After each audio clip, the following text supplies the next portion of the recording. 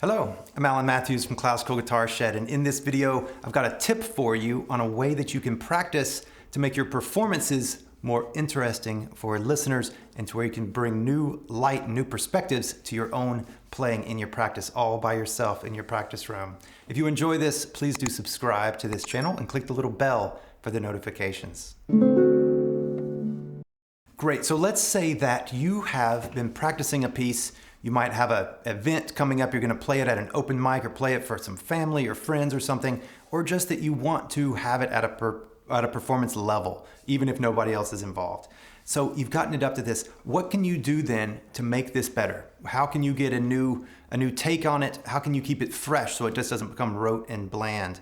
One of the ways that you can do that, and I learned this from Paul Cianiwa in his wonderful book, By Heart, which is about memorizing music.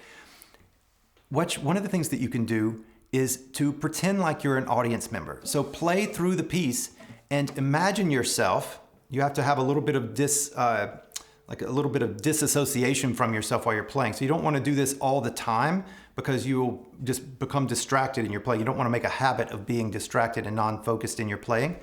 But if you can play through the piece, then instead visualize yourself sitting in front of you as an audience member, listening to the music. You can even imagine that your eyes are closed if you don't want to look at yourself in your mind's eye while you're playing, but you could do that as well, and that would be an interesting observation of yourself. If you're making faces and stuff, you might realize that all of a sudden. So you want to sit there and you want to listen as the audience member. And so remember, an audience member is there for a good time. They're rooting for you. They just want to hear some nice music. They're not listening for mistakes. They're assuming that everything you play is intentional and right. So if you play something,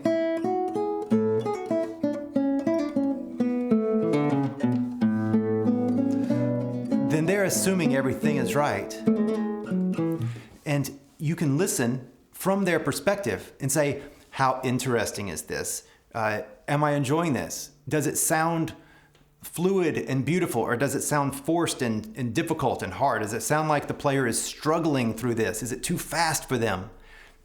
Do I wish that this was a little bit faster even? If something is like a slower piece in general, is it too slow? That's too slow. It's like I'm exhausted just listening to it. It's so slow. And so is that the way that you're playing? So there are different questions that you can ask so that you can get some new perspectives on your music. You can hear it from a different thing, and then you can use that in your playing. You can also, as you go, you can adjust for that and be like, they'll really love this one, and you're actually experiencing it as an audience member at that time.